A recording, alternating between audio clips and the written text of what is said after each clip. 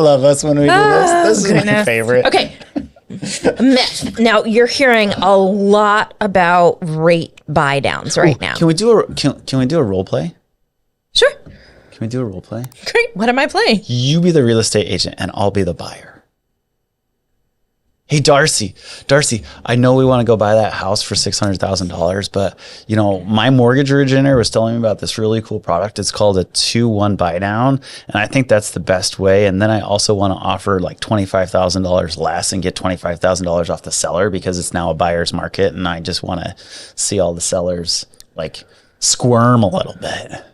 Right. What can I do with my $25,000? I want a 2-1 buy down because that's really cool stuff. Okay, so my very first question would be, well, how long do you plan on being in this house? Oh, well, this is our family house, so we're going to be there until the kids are done with high school. So at least another 7 years. Okay, so I get that you talked some about a 2-1 buy down. However, if you plan on being there for a longer period of time, let's run the numbers to see what it would save you for a 2-1 buy down versus what it would save you to do a permanent My buy mortgage down. originator didn't run the numbers. He just said a 2-1 buy down. I could, instead of starting at 7.25, I could start at 5.25. Right. So did you go over what a 2-1 buy down is over the multiple years that you will have this loan, how that'll affect it? Should I have asked that question? I sidebar, this is me again, but this is legitimate conversation right now. So really 2-1 buy down. Let's talk about a 2-1 buy down. 2-1 buy down says the start rate on a 30-year fix today. Let's, for example purposes, we're using 7.25%, right? So the 2-1 buy down says the first 12 payments, you can have a reduction in your effective interest rate by 2%. And then in the second year, payment number 13 through 24, you get a reduction of 1%. So we've got a note rate. Your mortgage is built out of, and you have to qualify for a 7.25% interest rate, but you just get this introduction period for the first 2 years, 2% below the start rate, and then 1% below the start rate. And a little unknown fact that isn't in a lot of the marketing material out there is there's what's called a rate buy down subsidy fee that typically on a transaction of this nature at $600,000 is somewhere between $12,000 and $14,000. It is the responsibility of the buyer, the mortgage applicant, to foot that bill unless they can defer it to other parties, i.e. the seller, in a form of a seller credit, right? It's just crazy. So the questions that we're getting asked right now that we wanted to bring to the show today is like, okay, you got your heart set on a $25,000 concession in some way, shape, or form. What is the best way to use this $25K? So we put together an illustration, and this is such, it's coming up daily right now. Daily. It is such a big deal. And so many people in the public are hearing things like 2-1 buy downs or rate buy downs and have no understanding of what it is. Just because somebody mentions it to you doesn't mean it is right for you. You'll recognize my first question was, how long do you plan on being in the house? If you had planned on being in the house for only 2 years, it might have been a good way to go. Correct. Absolutely.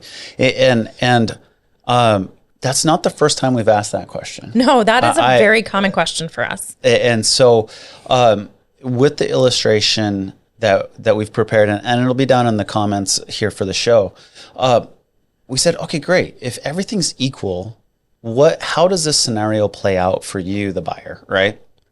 So we just benchmarked this against a standard 30-year fix on a $600,000 purchase in column 1. No concessions, no nothing. You're going to put down 10% and you're going to pay the 7.25% and off you go, right? So you can see down here, the payment is $4,200 and $4,200 and some change, right? Everybody, Darcy, how many buyers are you working with right now that are saying, "Hey, Darcy, I want to get the sales price down"? Oh, everybody. It's like the chums in the water. And the buyers have felt so powerless for so Yes. long that they want to be the shark that comes in and completely obliterates the seller. Now, I'm going to go with it's not a great idea Yeah. for many reasons. But that is kind of the feeling right now in the market, which is funny because it's not even really a buyer's market yet. No, statistically, it's not. In the recent market environments that we've had, it's not a buyer's market. It's a seller's market. Oh, well, It feels like a buyer's market compared to what we've been in. Yeah, it's the best environment a buyer has been in since 2018, 2017, right? Yeah. So we have the 30-year fix. Okay, if you got nothing from the seller and you just came to the table, boom, you're paying that 30-year fix. Now, price reduction versus a rate buy down is a very interesting thing.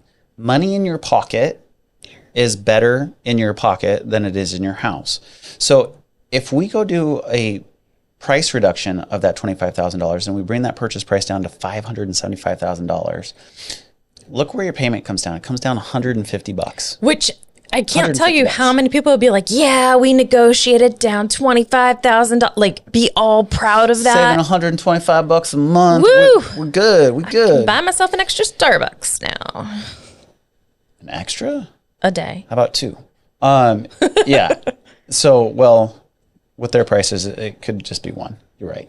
Anyway, so you save $150 a month. And, on the surface, that sounds good. But the question is, what else could you have done with that $25,000? Well, not to mention, $125,000 is, $125 a month or $150? $150. Sorry. $150. Yep. So $1,800 a year. There's nothing to scoff at. I mean, It's going to Darcy's take done you 13.9 years to recoup that $25,000 in a lower payment. If you're just Yes. looking at straight payment, if you're not doing the whole, what could I have done with that money otherwise, you're going to be in that house for at least 14 years before you would recognize that you had a savings there. right. So the other thing that buyers, I need you to tune in really quick. If you ask the seller to reduce the price of the house, you're now setting the comps for that neighborhood. Your your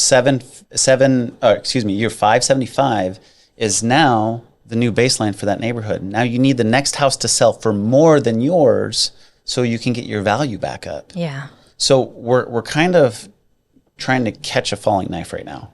And so I'm a huge fan of keeping $25,000 in your pocket.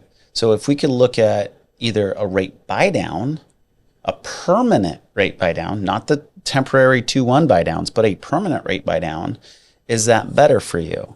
So in our third column here, we're again benchmark against the 30-year fixed, a rate buy down. If we took all that $25,000, said, hey, seller, instead of lowering your price, how about you give me a $25,000 seller credit towards my closing costs, and we buy down that interest rate. We buy that interest rate down to 5.99, and now you're saving $449 a month.